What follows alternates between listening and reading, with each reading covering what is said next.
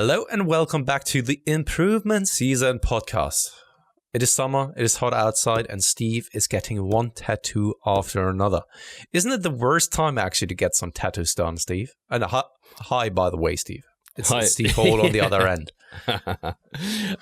It is the worst time because we have like some sort of heat wave. So I had no idea what the weather was like on Monday because I was trapped in a room for like 6 hours or whatever, being stabbed to death.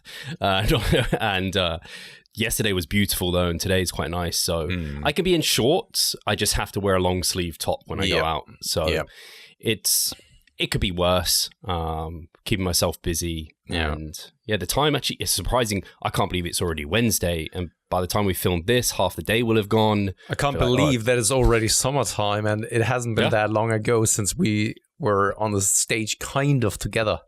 It's already such a long time ago. It's crazy. It's like 30 weeks now since I stepped off stage in Vegas. Crazy. So it's like, I don't know how many extra weeks it is, like another 5 since, at least like 5 weeks since the WNBF UK. The time has literally flown by. Yeah, it's Katie and I, we also celebrated our, not celebrated, it was just like yesterday. Katie said like, hey, it was our anniversary. And I'm just like also realizing Tony is turning 3 in the summer, which is absolutely mind-boggling how quickly then the time passes. And it always kind of keeps things in perspective because in the moment when we are complaining about something, we think that time is not passing. But looking back in hindsight, we always wish we had more time.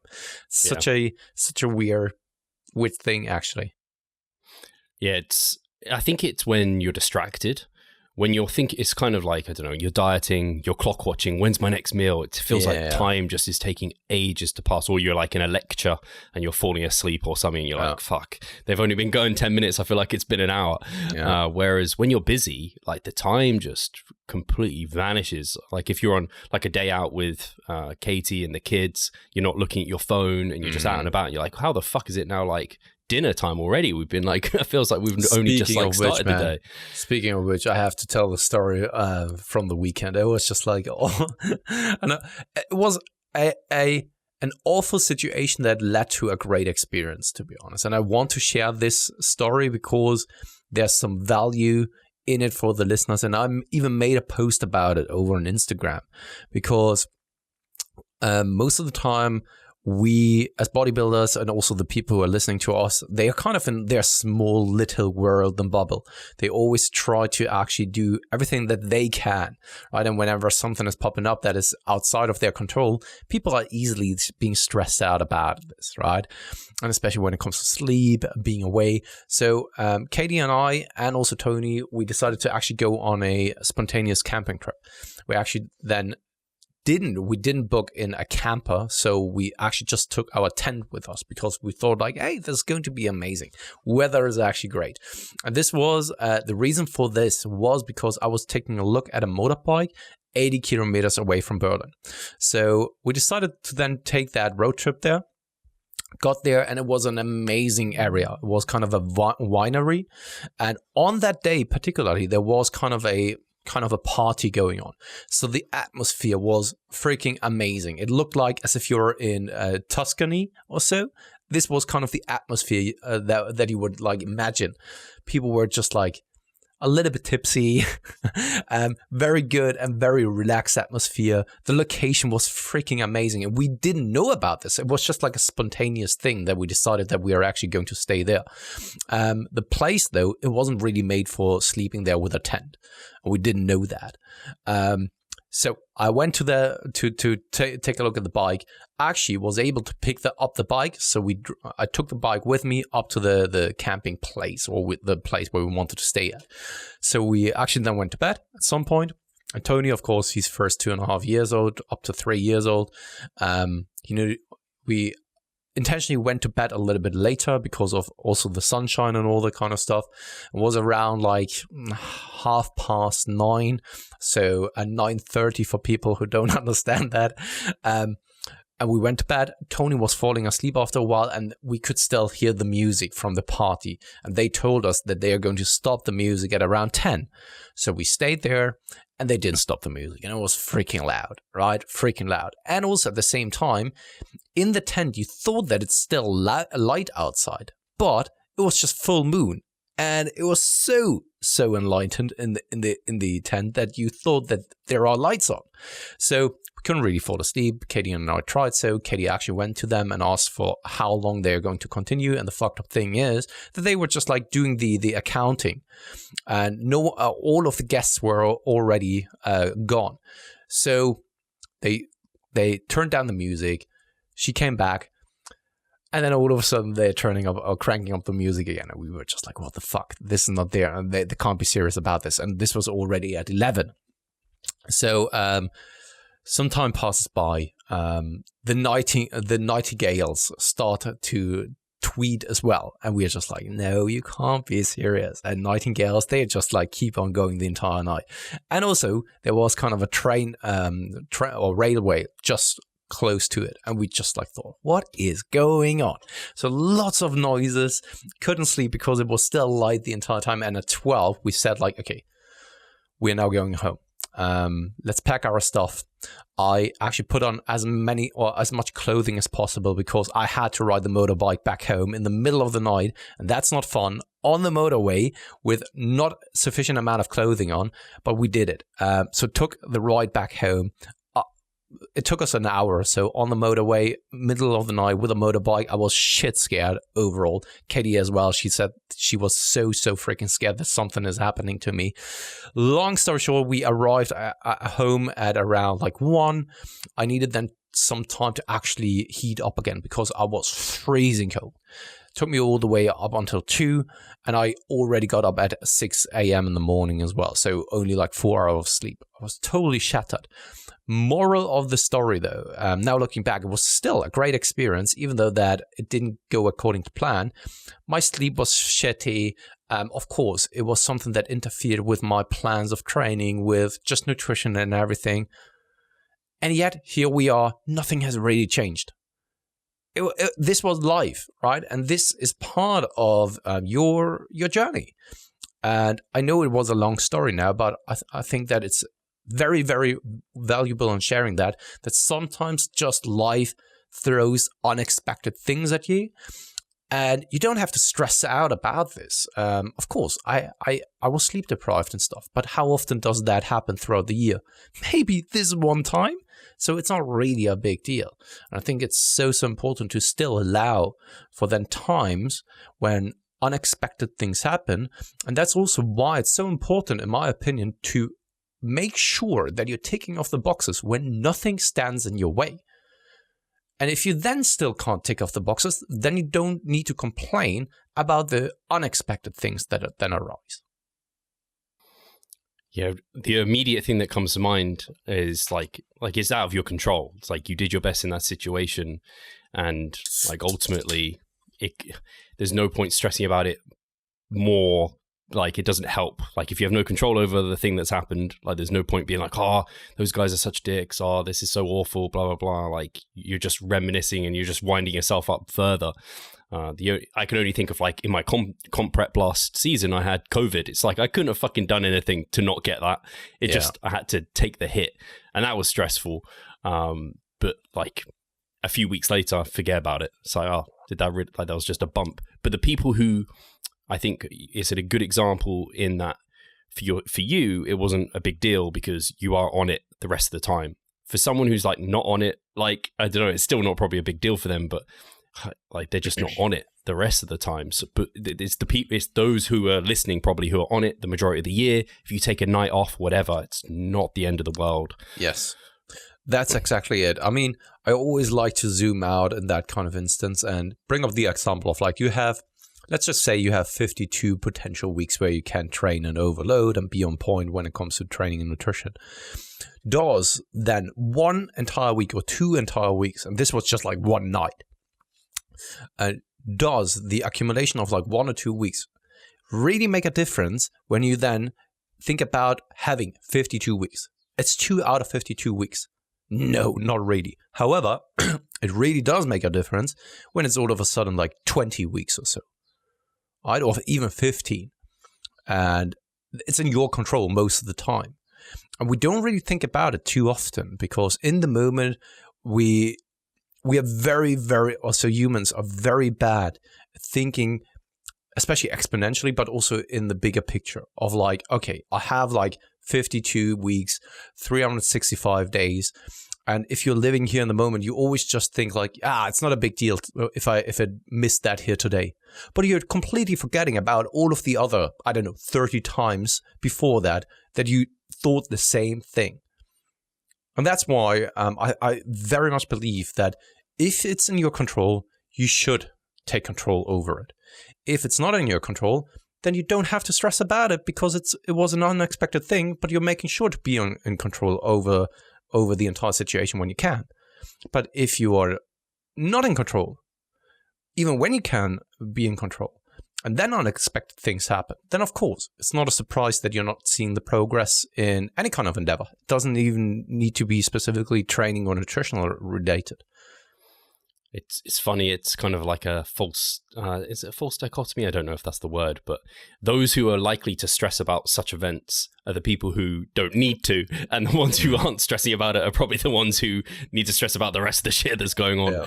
Yeah. It just made me think of an example with a client at the moment, especially, and what you're talking about here. I think it's more and more important the more advanced you get to nail things consistently day in, day out, when you can, obviously, and when you can't, like, there's no point stressing more about it. Because I have a client at the moment, and I'm just like, man, this guy, he's in a calorie deficit. He went out, like, he goes out drinking most weekends. He's not on it in terms of like his food quality. Like, there's a lot of things he could do to improve his results. Absolutely. He's still getting good training. He's still progressing. And I'm like, fuck me. If this was me, I would be needing a deload. I'd be like completely trashed. I'd have awful sessions, but he's getting like he recently got a dog. He's getting like 5 hours of sleep. His nutrient quality is just like he's going out to like prep to get his lunch, and he's just like picking bits and pieces here or there. Barely any fruit and veg. Like has regular social occasions. And I'm like, man, just think how good things could be if you nailed everything a bit more. So we're working on it, of course, but if you are like, there's not, I think a lot of the listeners probably are in that position more similar to us, where we don't have the ability to just like, we need to nail everything to see a little bit of progress because we're at that level of advancement. So, well, just that shitty in terms of genetics. Potentially. Well, a combination of both. Maybe a combo, yeah. Yeah, I mean, that's why I like that definition actually for level of advancement, is like how much do you need to be dialed in to see progress, and how quickly do they see that progress? Because I see some people who talk about like how like we overcomplicate it, blah, blah, blah. They see, like, I don't know, they add load to the bar every month or whatever. And I'm like, it's probably because you're not as advanced and you have better genetics, therefore. And once you're advanced, you're probably an incredible specimen. Whereas for us, like, so there could be, I think a lot of people look at level of advancement in terms of like muscularity and how long they've been training. But if you've been training 10 years and you're really muscular, but you see progress like every month and you don't really have to try that hard, I would say you're still milking intermediate gains a little bit there. Yeah. You've got like advanced gains to come. Yeah. Do you know, like, I can't really think of any kind of movie where that actually happened, but I know that probably somewhere in the 80s or 80 movies, 90 movies, like sports or fight movies, where then they train and it's kind of a fast sequence of like rushing through the weeks, and you see the calendar and he's like crossing off the days and stuff like that. Like, yeah, another day in the books, another day in the books. And this is the way that I like to look at things, of like each and every single day you put a cross behind it of like, okay, I did what I was supposed to be doing, all the way up to then, I don't know, your deadline, the desired outcome. However, now just imagine that scenario, and he's just like skipping each and every second day or so, and he's just like crossing half of the calendar off. Do you still think that he would then still get to that desired outcome? Probably not, right? That's kind of the way that I look at things, of like, try to be as consistent as possible over a long time frame. And then there will be some hurdles to overcome. There will be some unexpected events. Try to still do your very best in those situations. Like, for example, someone then commented on it, and Charlie also then responded and said like he didn't really miss a training session in like, I can't even recall what it was, like 20 years or so. And the same goes for me. I've never in my entire lifting missed a session intentionally. Where it's like I got up in the morning and said like, oh, I can't be bothered. if I missed a session, then it was always kind of forced due to sickness, due to, I don't know, injury or so, right? But it was never because I simply didn't want to. I always, even if that requires for me to get up at 4 a.m. in the morning to get my training session in, I do it. And this is, I think, how you then see results. It doesn't always have to be the perfect scenario or environment. At least you want to make one step at a time. And also it falls back to what Jeff was saying, depositing the pennies. And then over time, it actually then accumulates. Instead of depositing a penny, taking a penny out again because you have to pay for something, and then you deposit the next one. Oh, there's once again a bill, so I need to take out a couple of pennies or so, right? Then you will never really increase kind of the as a symbol now, the wealth. Yeah. You gotta keep investing. And I guess that's, you could pull loads of analogies off that in terms of like not cutting all the time, or like actually invest and like don't just like do a half-staff effort and everything. But yeah, I completely agree. It's kind of like ticking the boxes is something this industry says a lot, and I completely agree. And I don't know, for me, when I think about it, I'm like, there's some really big boxes you just need to tick every day. Mm-hmm. And I now find it really easy, and I think a lot of my clients now do, but there are people that still struggle even with those. And I think that's where, like, I'm not the best Gen Pop coach. Same with you. Like, if there's someone who's like, they struggled to hit their protein at the end of the day, I'm kind of like, how?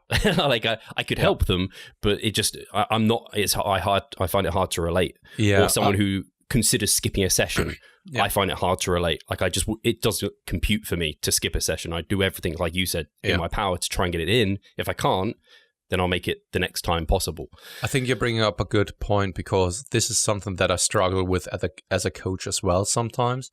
If those for me at least, very, very easy things that lead you to a desired outcome are being neglected, or people then find some kind of excuses or so to not do those things. And it's like you said, realizing that is very important for you as a coach as well, that where do your strengths lie and where's kind of the weakness. And the weakness isn't necessarily a weakness. It's just like you acknowledge what your area of specialty is.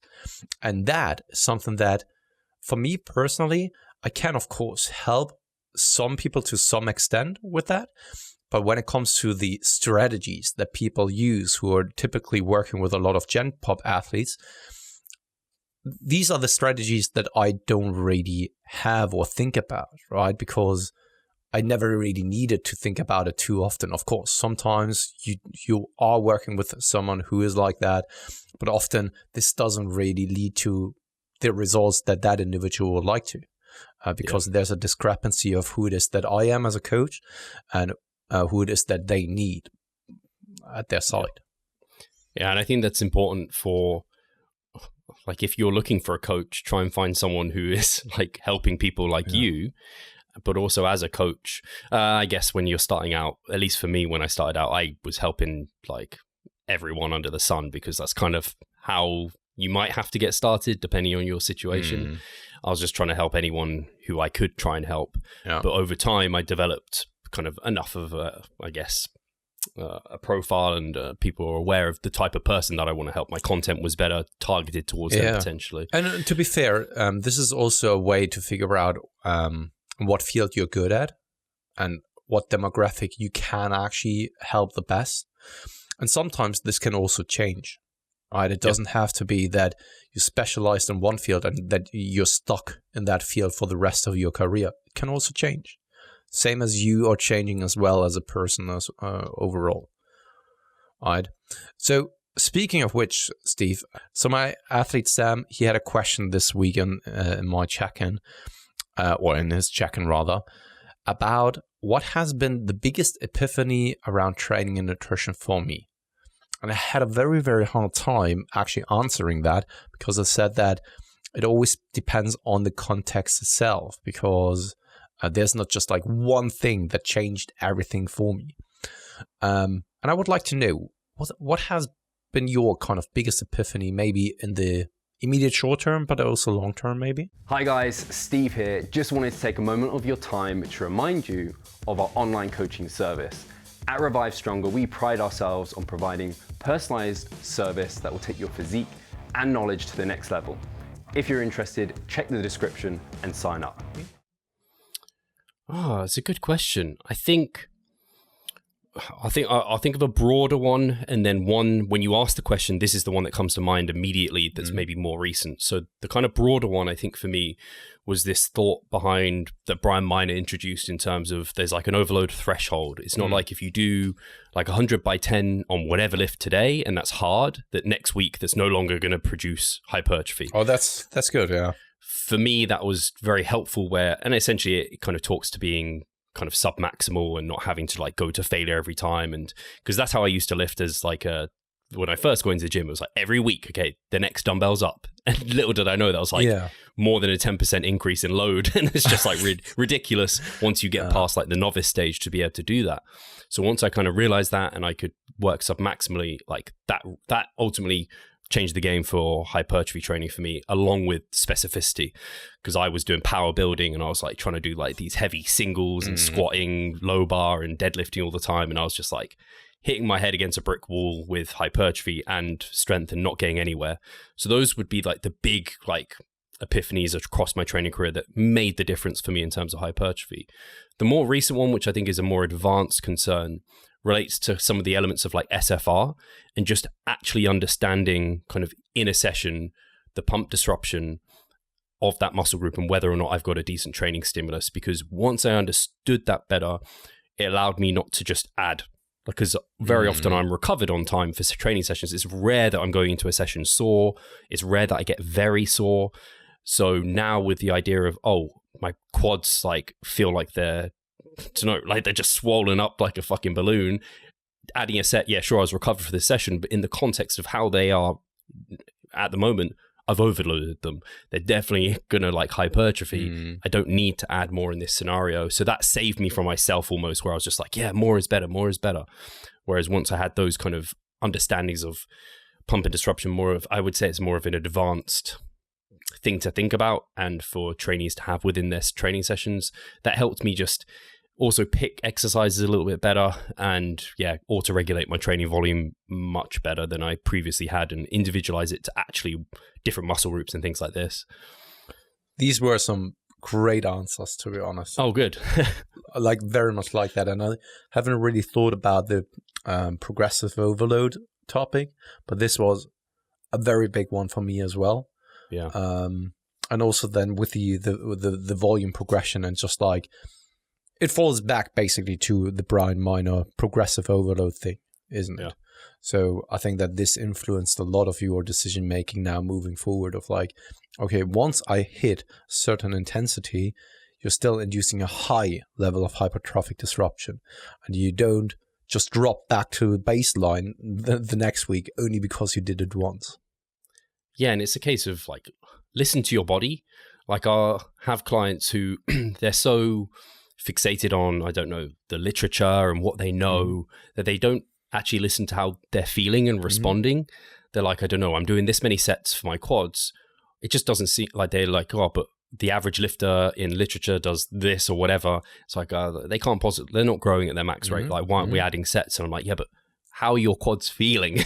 Okay. And you have massive quads. You're probably very fast twitch, whatever. We can try and science it out eventually for them.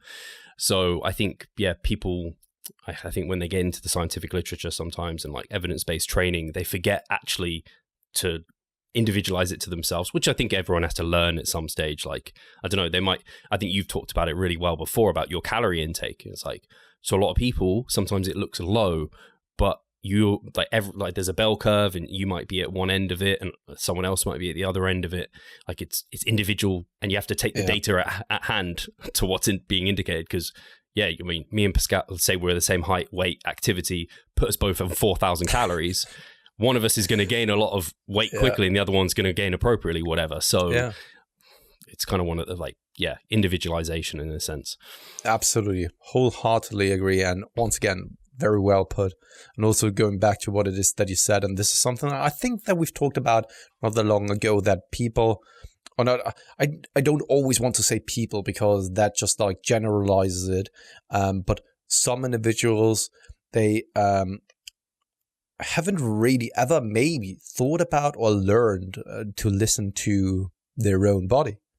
Of like just sitting down, thinking about like, okay, how do I feel at the moment? And also maybe in the training session.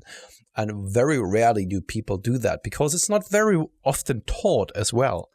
Right? People teach about the principles, how to progress and all that kind of stuff, how to load the bar, how to execute a certain movement and so, right? But no one really teaches you to listen to your body, because it's also, of course, individual. No one can tell you like what it is that you perceive will be the same as I perceive things. It's only based on assumptions. Same goes for, I don't know, the typical theory about seeing colors. We talk about the same thing, but is it the same thing that we are actually seeing? And we will never really figure out, right? So yeah, I mean, the best thing is practice and spending some time and really sitting down and thinking about it at times. Yeah, I think it's, especially for those who are like intermediate, late intermediate going advanced, like you can't just treat yourself like a robot and just follow calculations and programs. This is when buying online programs that aren't individualized to you at all is no longer going to cut the mustard for a lot of people, and they have to invest in a coach or educate and start modifying for themselves. And yeah, I mean, it's similar to the chat me and Brett Contreras had about like individualizing exercise and form. And I know you're a big fan of this as well, Pascal, where like we'll look at our client's form and be like, how does that feel to you? Like that's one of the things I want to know. And some of my clients are so, I think, unfortunately with social media now, there's like this put out of this like perfect form. If you slightly deviate in any which way from this, you're not targeting the right muscle or something. It's like, it's not how humans are put together. We're not like carbon copies. So it's just I think people enjoy that podcast as well with Brett. He talked a lot about it. Yeah, absolutely. And I do remember the time when I was still squatting quite heavy. I could feel that on the first set, even that my quads were just like being torn apart. Right? And I was, of course, using momentum and the bounce and all that kind of stuff. But you can't tell me that this is not hypertrophically stimulating if I can just like feel that my muscles are just like being ripped off the bone, basically. Yes, you can, of course, optimize things. Maybe slowing it down will then help in also reducing the systemic burden and also then the burden on connective tissue as well. But at the same time, no one could actually then say anything different about it. And the same goes for other movements as well. Right? When I want to lean back on the lat pull downs, have an arch in my back, and this is the best way for me to feel it in my back, no one can convince me of anything different. Like, honestly, what is this for a shit show that you try to tell me that this isn't the way that I am supposed to do my back training? It's that's what, again, we brought it up on that podcast. It's like, because they try and tell you what you're feeling or should be feeling, and then actually what you're feeling is a lie. So like you can't listen to how you feel it. It's just isn't how it works. And so yeah, I really struggle with that idea that like you can't use sensation and feedback from what the body is telling you. I struggle. It doesn't make sense to me at all that couldn't be helpful. So yeah. And it's also something like Mike, for example. Mike says that leg extensions aren't a great exercise for you. And I have athletes myself where that is the case as well. Just here today, Felix, one of my athletes, he just told me like, so on that one day, because he's not really able to recover from a lot of quad volume, for example. And on that one day, we only had like a leg extension. And he said like, man, I get more out of leg presses than I do from leg extensions. And for me personally, I get a shit ton out of leg extensions. I could actually, when I start my quad session with only leg extensions, I could actually fatigue my quads to such a high extent that I don't even need to do any kind of squatting movement anymore, because it would just end up being junk volume. I could then load, I don't know, something like 20 kilogram plates on both sides and maybe do like 6 repetitions and I'm fried. And other people just don't really get anything out of the leg extensions. Yeah, I think that's why it's so important, especially as a coach, not to just program like what works well for you and ask for feedback from clients, because we all have our own preferences and our ideas behind things. And even on social media, you can't give context and behind every single comment and justification for everything. But yeah, that's why it's so important to kind of listen to how, I don't know, I'll use upright rows in some people's programs, and for some people they work tremendously, other people they really don't. There's lots of exercises like it, and yeah, you just have to listen to your feedback. And that's, at least I pride ourselves on that ability to listen to our clients, get their feedback, and get them better at understanding what's going on for them, because they probably often haven't thought about it. Yeah, and it falls back to really what it is that we've talked about, of like, who are the other people telling me what I feel? And it's the same principle for you as a coach. Yeah. Who are you to tell your client what it is that they feel? You are asking, or you should ask them for feedback of like, okay, take a look at the form. If the form was appropriate, and they tell you that they don't really feel it, it's probably time to move to a different movement. All right? The simple as that, I think. And there are a handful of exercises that you can pick and choose from. That's also why we did the kind of the muscle group guide here as well, and to also give you a little bit of a different take on things, and give you some suggestions about exercises as well. Did we finish that guide? Are we officially done? Yeah, one more exercise, one more body part. Is it that glute? Is, everyone's been waiting for that. The big round glutes, or the small walnut glutes, depending on where you're at in your season. Well, are we already? Do you think we should transition to that now? Might as well, I guess. Yes, let's do that. As always, exercise selection. Steve, I mean, you have tremendous glutes. Thank you. By the way, it sounds weird, but yeah. Your ass is great. Yeah, it looks good in your pants, man. And the jeans from Legend London. Yeah, let's move over to the exercise selection. What are your go-to exercises for then building the big round mountains? So really, actually, it boils down to, for the majority of my lifters, and I mostly work with guys who are looking to either become a bodybuilder at some point, or they just want to build everything to get and look better naked. I work with fewer females, and females is a little bit different because generally the women I work with want to bias the glutes. And the main difference between men and women then is how they approach some of their lifts, in that if it's, say, a lunge variation, the woman might do it in a way to bias the glute, whereas often the guys will either take if some of them actually have cute, like one person I'm thinking of in particular, he has massive quads, so he does it more to bias both. But rarely do I get the guys to specifically try and bias the glutes, which you'd just have more of a vertical shin and less knee travel forward, so there's less kind of quad involvement in that regard, and you're getting more hip extension. So they might bias like a leg press to be a little bit more glute, or like a squat pattern to be a bit more glute dominant by having like a wider stance, or however feels a bit more glutey to them, or like higher feet on a leg press might feel a little bit more on their glutes. So that's, and then with women more often are introduced like hip thrust variants basically, or a CAS glute bridge. Some people really enjoy that, although Brett told me that actually he invented like a pulse years ago, so maybe that's whatever you want to call it, like a bit of a shorter range of motion essentially for the hip thrust. So I do introduce those, but more normally that's for females who again just want to bias the glutes a bit more. And the rest of everyone else, like myself included, it's from our hip hinges and our kind of deep squat patterns, deep leg press. The lunge patterns will still hit the glutes to a high degree. I'm just getting a shitload of glutes without trying, really.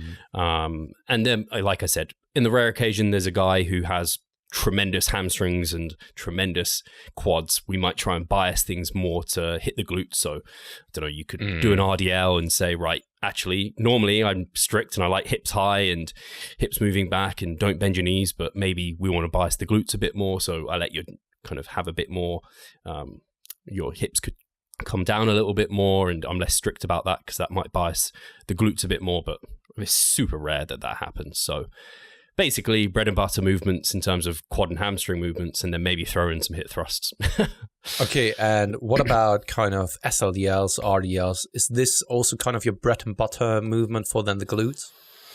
So yeah, in terms of like hip extension, I always have one of those at least once a week for hamstring. So there'd be a straight leg deadlift or an RDL or like a good morning pattern. Yeah, that definitely is in there. Yeah, no, absolutely. And let's dissect it a little bit further, shall we? Especially around the hip thrusts, because I have the feeling that there was a time where it was very, very popular in doing hip thrusts. I can recall there was like, must it be like 5 years ago, I think, somewhere around there. I was doing them. Everyone was doing hip thrusts, me, myself included. And it was always so inconvenient to set it up. Super inconvenient to set it up. It took a long time. And also it was painful if you didn't use enough yoga mats and all that kind of stuff, right? So do you really think that hip thrusts are worth it? I think like for females who really want to maximize glute growth over like everything else, I think they can be a nice addition because you do train the glutes a little bit more differently. There's not a huge like stretch component, but you train them in the shortened range. You really get that hip extension, which maybe you miss on like an RDL, for example, is just not loaded in that shortened position. So I think if you really want to kind of maximize glute growth, then they can be really handy like that. And I think now it's a bit easier. Like I'll be surprised to see like commercial gyms even having like a hip thruster. I'm like, fuck. Yeah. That would have been helpful back in the day. We have that in our gym as well. Oh, nice. Yeah. Actually, at Yorkie's, they have like a plate-loaded like hip thrust machine, so that you don't even need a bar or anything. It's all set up for you. I haven't used it, of course. This is the one that I'm talking about. It's it has like a pad. Exactly. And then you can put some plates on it, and then you have to kind of wiggle into it, and it's a proper hip thrust machine. And I've tried it once, felt very odd, but I think that this is one of those machines. If you're not used to it, it feels very weird at first. And then you have to figure out like how to position yourself in that machine, because it's not just like you're seated and it's kind of a predefined motion, but you have to properly position your hips also then on all that kind of stuff. Yeah, I think it's probably similar to like maybe when we're talking about the adductors. There's some people that just won't ever need to directly train them because they get plenty through the rest of their work and they're very well developed. That's the same for glutes, I think, for many people.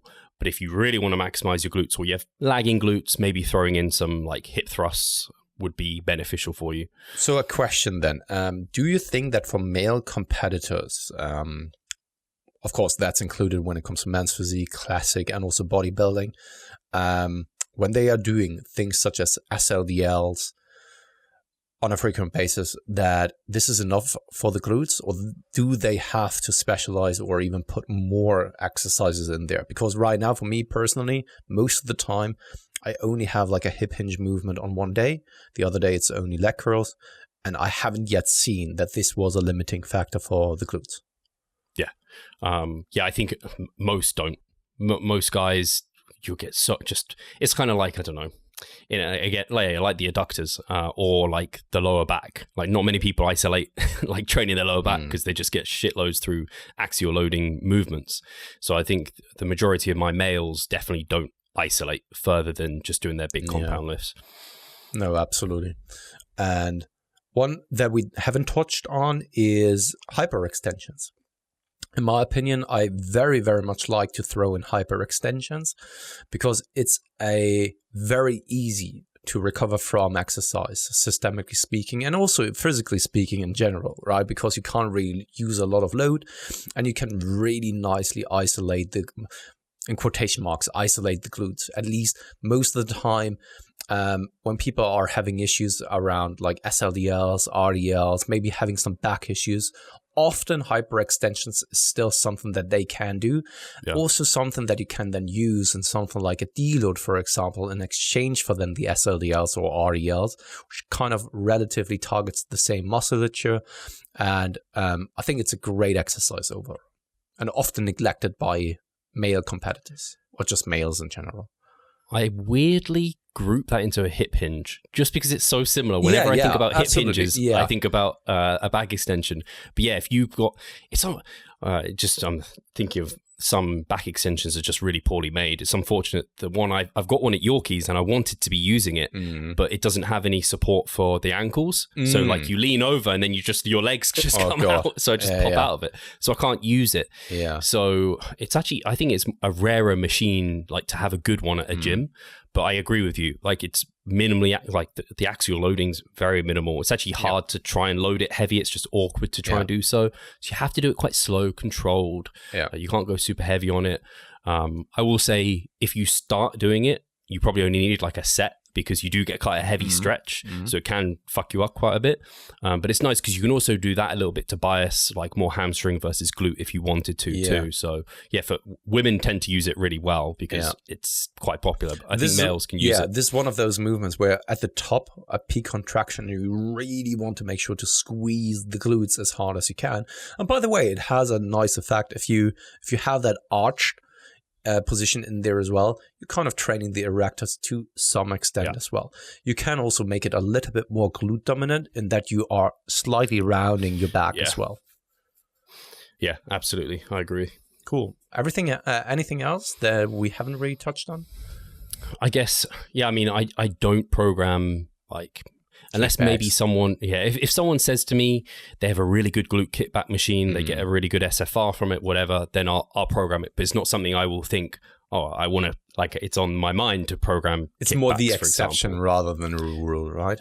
Yeah. And it's the same with like abduction machines to try and train the glutes. It's not something I'm like, I mean, in a commercial gym setting, when there's abduction machines and women around, like you see the funkiest things that they do on there. But yeah, it's not something like I go out of my way to program unless someone tells me. I get a really good like training effect. Same. And this also then plies into the psychological aspect of some athletes. So for example, for female athletes, often it is that they really want to prioritize the glutes. And on that note, sometimes I'm throwing in exercises just to make them feel better. I know that sounds a little bit deceptive, but if they want to get a good booty pump, let's say, they want to feel like they are doing a lot of volume, I may throw in something that causes that pump sensation without being systemically taxing. So that we are covering the bread and butter before that. And then they can throw in kind of a finisher, something that makes them feel the burn, feel as if they did something for the glutes. I think in it for itself, when you really think about it, it is genuine instead of being deceptive, because it is exactly what you are giving them in a responsible manner. Because otherwise you could just also say like, no fucking shit, we are just doing SLDLs and super deadlifts and whatever. All the other shit you don't really need. And in the end, it's not your obligation to tell the client what they have to do, but you should be supportive and actually then work together, right? Yeah. Hey, Pascal here. I just quickly wanted to remind you of our online coaching service. At Revive Stronger, we put a huge emphasis on the personal aspect of our coaching. And if you want to take your physique and knowledge to the next level, hit the link in the description below. Yeah, I think like I have my biases and I'll be like, I don't think we should be doing this, but if you would like to, it's totally cool. And it reminds me of one-on-one PT where it's like I would focus on getting like my compound lifts done with them really well done, like technique. And then at the end be like 20 minutes or 10 minutes. Just as much pumpy work as just like, now let's get the burn. Yeah. We've done like what we needed to do. Yeah, because they want to feel like they did something. Yeah. All right. So moving over then to volume. We've touched on it slightly. I'm more so under the opinion that we don't really need to target the glutes directly a lot. You could make the argument, so in my spreadsheet, I have SLDLs or good mornings as a hamstring exercise. But when you really think about it, it targets the glutes to a significant extent. Sometimes even to such a high extent that the glutes are the limiting factor even. Yeah. For that exact reason, I don't like track hamstring and I don't track glute volume. It comes through quad and hamstring, so I don't have like set numbers in mind that I would provide there. It's like it comes as a combination from your from your hamstring quad work. And we've touched on it already the last week when it comes to calf volume, where I was very, very upfront and honest about it, that I haven't really had enough athletes or kind of data in front of me to tell that this is the exact range or kind of a typical range where people are recovering well from it, and all the way up to, I don't know, a couple of sets. We can just like listen also to people such as Brett Contreras, where I've heard that he's sometimes doing up to 50 sets or so on his female athletes. I don't know if that's still the case, but I do remember like 3-4 years ago, when he also built his Instagram, that many female athletes came to him because of his amazing transformations around his glutes. And yeah, I myself, I don't have enough data points to then tell like concrete, okay, this is the maximum amount of volume that I've seen with the vast majority of people. I think more than often you will run into systemic issues before you're then seeing the glutes being the limiting factor. And I've never really focused entirely or so much on the glutes that I'm running into recovery issues around the glutes, and also the minimum volume, because I'm also not counting, same as you, the direct volume for glutes. I can't really tell that. I'm sorry, guys. This guide is actually becoming quite useless overall. It's probably, you need to talk. Well, Brett would actually be a great person to talk about it, but again, it's a different perspective. So at least most of the listeners are probably quite similar to us, and so I think this is quite helpful to them. Whereas there might be a woman listening who likes our content, but she's like, I really want to maximize glute growth. It's like, well, maybe Brett is like your guy for that, because I imagine he takes women and they specialize on glutes, and also he likes to use quite a few, I would say, less fatiguing movements. So he likes to use like frog pumps. He likes kickbacks. I don't know his programming that well, but I think he uses quite a lot of these variants, which you can just do. Yeah. If he's counting those as sets, you can do way more of those than like straight leg deadlifts, for example. Just to give a little bit of an orientation for people, I think as long as you do some hip hinge movements in your program, I think you should be good. I think you don't really need to stress about it. I also don't think if you're a competitor and you step on stage that you will run into issues of not having any kind of glutes there, to be honest. I've hardly ever seen anyone saying like, shit, I have such small glutes that I need to bring them up. This has hardly ever been something that I've heard from people. Most of the time it's something like, I need to bring up the back, I need to bring up the chest, I need to bring up the delts, the quads, or maybe even the hamstrings, but hardly ever have I heard anyone complaining about their glutes. Yeah, it's an interesting one, because at least I don't think you're not going to get someone who has, very rarely, they're going to have really big hamstrings, really big quads, and then teeny weeny glutes. Like, I don't know how that even would work on an individual. Normally, if they have a big kind of quad or a big hamstring or whatever, the glutes are also there at a very comparable size as well. And I don't know what comes first. It's kind of the chicken and the egg problem of like, sometimes you have those individuals where they have massive glutes, and you can already tell they are strong as hell with their lower body. And they have, though, at the same time, also massive quads and massive hamstrings. So you can't really tell what caused what, right? And what was the reason for then. It was probably because they were quite strong on something like squats and so, that the glutes already got so much out of it, and also deadlift, that this was already stimulus enough for then the glutes to grow that significantly. I have two things, actually. One is an analogy. I don't know if it's an analogy, but for me, my biceps, my biceps were bigger before my back was big, for example. And that's because all my pulling I did with like my arms. And so they got so much stimulus and they grew, whereas my back was not impressive. Now I've managed to bring up my back, and my arms are still like, they're still like big, but I mean, it might be, I think the same happened with me with my glutes. Like I would squat and it was like I just used my glutes loads. I would do my hip hinges and I'd end up like bastardizing the form basically, and do like, I'd use my glutes a lot. So I think as time's gone on, I've been better at using my back, and I've grown that, and like the biceps have been there. The same with the glutes. Like my glutes, I've been better at targeting my quads, picking movements that actually target the quads. I've been better at my like hip hinge movements to actually hit the hamstrings. So I think that's kind of maybe what happens for some of these people as well. And then the second thing was actually on exercise selection. We didn't mention deadlifts.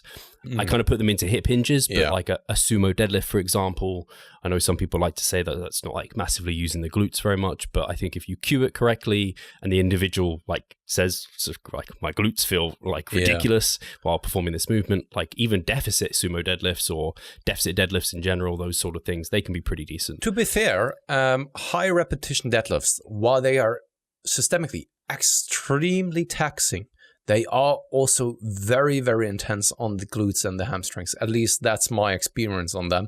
But it's awful. It's awful. Not only for the grip, but also from a systemic perspective. When was the last, as a side tangent, Pascal, when was the last time you pulled from the floor? It's a long time ago. Yeah. Can't even recall, to be honest. I think mine was 2018. I started doing, you know, when you come out of like your contest prep and you're just like, I don't know, sometimes weird things go through your head. And I was in one of those moments where I got a bit pulled into like the crowd who are like, like big compound lifts or whatever. And I started like sumo deadlifting off the floor. And I think my adductors just grew even more and nothing that I wanted to grow grew. Due to my knee and also hips, I can't really do sumo, even though that I always wanted to be able to pull sumo. I don't know why. With conventional, it's just like too taxing, to be honest. It crushes me so bad. I can remember like, like straight leg deadlifts are bad enough. Yeah. But they're not comparable, like the conventional deadlifts, just crushing. Anyway, that was a side. Absolutely. Frequency, it kind of also then is intertwined with then the volume. I mean, probably you're having like maybe 1 or maximum like 2 days where you're doing something like hip hinge movements. To be fair, though, because we've mentioned a couple of times also female athletes, it can then be that I'm even increasing the frequency up to 3 times per week when I have something like an upper-lower split, for example, with the emphasis on the glutes. And if you then you're careful with your exercise selection, the glutes can actually recover quite nicely depending on the exercises that you're using. Yeah, I completely agree. Particularly when, like, if you are using hip thrusts, you can quite quickly increase volume and frequency because it's a movement that you're not going to get sore from hip thrusts. Very rarely anyone gets sore from that. And like it's a fatiguing movement to set up, but to do it, it's not super fatiguing. So you recover quite quickly from it. So I'm the same as you, like 2 times a week, because if you're doing like deep squats and things, you're going to be hitting the glutes. Same with like then hip hinge once a week, maybe up to twice, especially if you're doing like a back extension. And then maybe females, it gets into more like 3. I may have done it to 4 times a week before for a female, but that's much, much rarer. Yeah. It also, I mean, it always depends on also the entire setup that you have, right? I mean, if you have like your intra workout, your intra session volume is fairly low, then you can of course distribute it more accordingly throughout the week. And this probably applies to each and every single body part and exercise that you're doing, maybe with the exception of the hamstrings, because I found that this is just like crushing for the vast majority of people, even if your intra-session volume is quite low. But with nearly all other body parts, if you're only doing like 2 to 3 or 4 sets per exercise or on that particular day, you can probably crank up the frequency quite high. Now there, you may then run into other issues, such as connective tissue issues, systemic fatigue, etc., etc. No, absolutely. Yeah. What about rep range then? What's that? Rep range. So probably you can take the rep ranges that we said for hamstrings and quads. Funny enough, because I was just thinking when you were talking through the frequency, I just thought like we should have just combined it with the hamstrings. Yeah, true. So yeah, I mean, there's not much to say on that apart from, I guess, for the hip thrusts, for example, if I am programming those, I don't go less than 10 reps. I think that's just doesn't work well. But higher reps for like if I'm doing kickbacks or something, or the hip abduction machine, they'd be higher reps. And hip thrusts work, depending on your setup, can work pretty well for high reps. Like if you've got a machine, you get a good burn and pump that way. And again, yeah, absolutely. Like I think that many people used to go on the lower side of the spectrum with the hip thrusts. And I figured for myself the same thing, such as you. I also figured that many people butcher the exercise when it's too heavy. They can't really have full hip extension. and they sometimes even in the flexion, right, or when they are coming down, and it's kind of the flexion, the hip flexion, which is not a full flexion though. They are just cutting the range of motion as well, and then they can't really squeeze through the glutes appropriately. And I think that going more on the lighter side of the spectrum, really making sure that you are fully extending the hips, because it can feel as if you're extending the hips, but you probably have like 2, 3, 4 centimeters more where you really squeeze the butt cheeks together. Is the way to go. And this can only often be accomplished with a higher repetition range. For whatever reason, the hip thrust became an ego lift. Mm-hmm. I think Matt Ogus might be partly to blame for this, because I know he was doing hip thrust and he would like, I don't think he intentionally did it, yeah, he did. but I know he used to like load them up real heavy. I can remember being like, oh, I hip thrust this much. It was like the same as I deadlifted or something. I did the same thing though, because I used it as an accessory movement where I was just like also moving around like 5 repetitions. And of course then, no control over the eccentric, just like dropping into the floor with 200 kilograms, the entire room was shaking and stuff.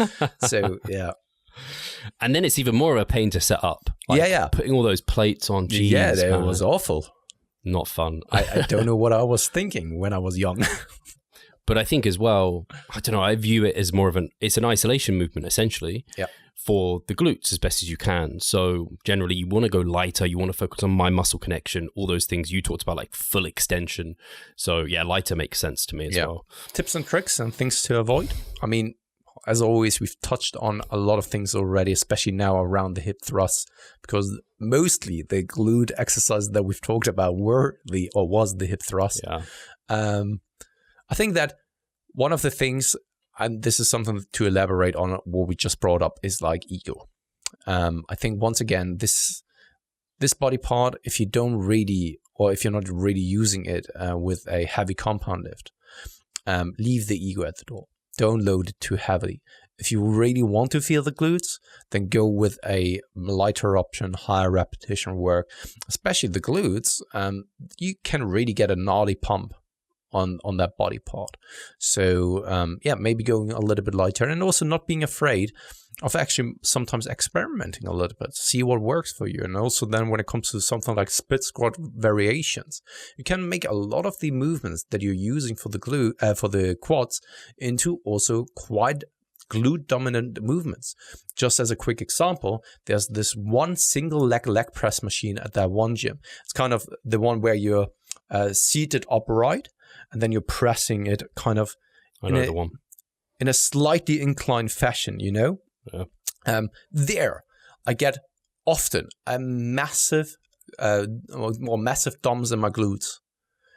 Independent of where I'm positioning my feet, I'm trying to go as low as possible, trying to also have my squatting shoes on. I'm even increasing the height of my seat so that I make it as quad dominant as possible. And if I'm not careful, it all goes into the glutes. It's the same with a lot of people who train in like the gym. You'll have the horizontal leg press, which I every now and then try to use because it's actually not a great leg press, but you get so much, you just see the stretch on the glutes. And whenever I used it, like you said, I tried to make it as quad dominant as possible. Whatever I do, it just ends up hitting my glutes massively. So it comes back to that individualization feedback from your body. Absolutely. The other tip or trick I would give is probably more so towards females is like, don't get carried away with, I think this goes without saying, but I think, and not many of our audience follow like the influencers who do all this pump and fluff stuff. Remember the core compound basics. Get strong at your straight leg deadlifts, at your RDLs, at your sumo deadlifts, at your squat patterns, full range of motion. Do your lunges. You're going to get huge glutes, and then do a bit of the kind of pumpy stuff on the end. And it's very, very tough though, because Instagram has a massive influence, not only on our society, but especially I have the feeling on females.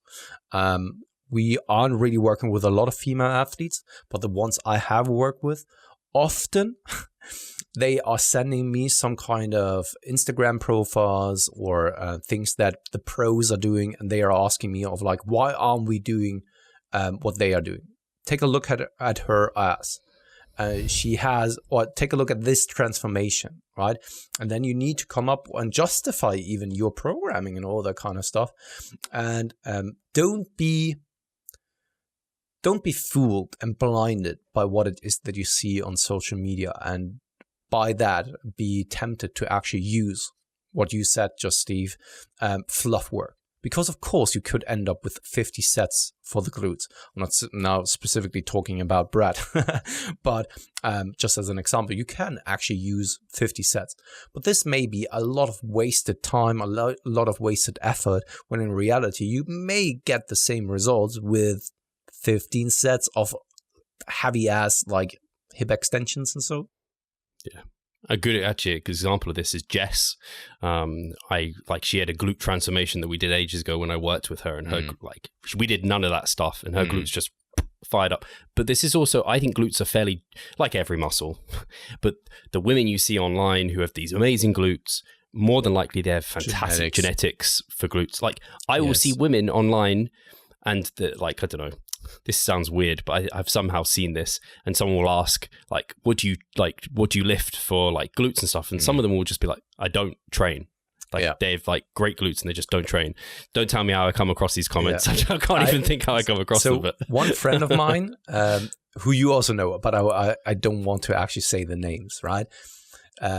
She had a friend who's also a friend of mine, and she was like saying, I'm doing all of the work for the glutes. I'm doing so much volume. She was also very, very strong, right? Or still is very, very strong. And yet, after years of training, she doesn't really have those very well-rounded, nice-looking glutes, such as that other individual who didn't do all of that stuff. Yeah. It's rather than taking information from people who have got what you want, try and take information from people who maybe have taken people like you to where they can go and like look for the information and the kind of the principles and the explanation behind things. Very versus good point, like correlation and causation. Like remember Very that there's many things involved. Absolutely. Cool. Then we have it, Steve. We're done with the guide. I mean, if you want to have it in a written format, then of course you can still go over to the newsletter. I will send it out once I have everything finished, and then you also have it once again in a written format, and you can follow along. You can then apply to your own training, to your clients' training, etc., because I think that there have been a couple of things that were quite helpful. I mean, I've so far gotten only positive feedback. Sure. Maybe also because people are unbiased and people only reach out when they have something good to say and not like, the guide is shitty. Well, there are probably a couple of people who think that as well, which is absolutely fair as well. No, totally. And yeah, if people have ideas, I guess for like that, I don't know if you already have an idea, Pascal, because it was a good idea to do this, but ideas for the next series, recipes every week, our favorite recipe. Oh boy, then we are done in like 1 week already. Potatoes and ketchup and chicken. and carrots done in the microwave. Quark, there we go. Yeah, absolutely. The staples. But we can do this. We can talk a little bit about like, what is it that we're currently eating as well. It might be interesting only because we're so contrasting, I think, in terms of like I have so much to eat, whereas so you have different battles to come through versus what I have to come through. Like I have to make sure I get enough calories in, whereas I'd say it's more easy for you to potentially overeat. And so we have to approach it slightly differently. So my nutrition and my relationship with food has completely changed over the years now. And even now, I'm just like, hey, 22 to 2300 feels as if I'm eating as much as I ever. It's crazy because, but this is something that we can talk about like the next time. Cool. Guys, thank you so much for listening in. As always, give us a thumbs up, comment, give us a rating on Spotify, all that good stuff. Share it with your friends and loved ones, and we'll talk to you soon. Cheers.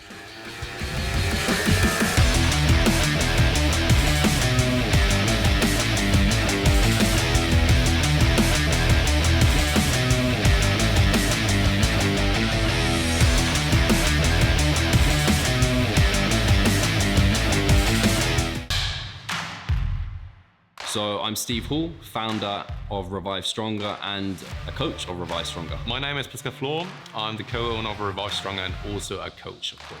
Revive Stronger has probably been going solidly for 3 years, roughly about 3 years. Revive Stronger, to me, it is becoming kind of my child, my foster child. It's the gathering and getting together of like-minded people. We've been expanding the coaching team, which is helping us help more people, but each coach can only help a certain number of people. Right now, it's all over the place. We have YouTube, we have Facebook, we have Instagram, but there isn't that community aspect behind that. And so the next step for us is developing a membership site. So basically, we want to create a family and a community that is then benefiting from another. A really cool community for people within our little niche is going to be a website. They will get early access to our podcast. You can access us, ask us questions. The community aspect, we have a forum there. You can ask questions, but also you can log your journey. There's also going to be courses on there. Courses, presentations on different topics. Discount of past seminar footage. We will log our journey as well. We'll start vlogging. We're going to have documentaries. Our entire athletic journey. Furthermore, they get access to an exercise video library. The exercises that we love for hypertrophy and maximizing hypertrophy, we're going to go through those in depth, telling you how to execute them. We kept them concise and also mobile friendly so that you can watch them in between your sets. I'm super excited to grow this community. The amount of value that we're going to be delivering is huge. And I'd love you to be part of it. You will get so much out of that. I'll see you inside.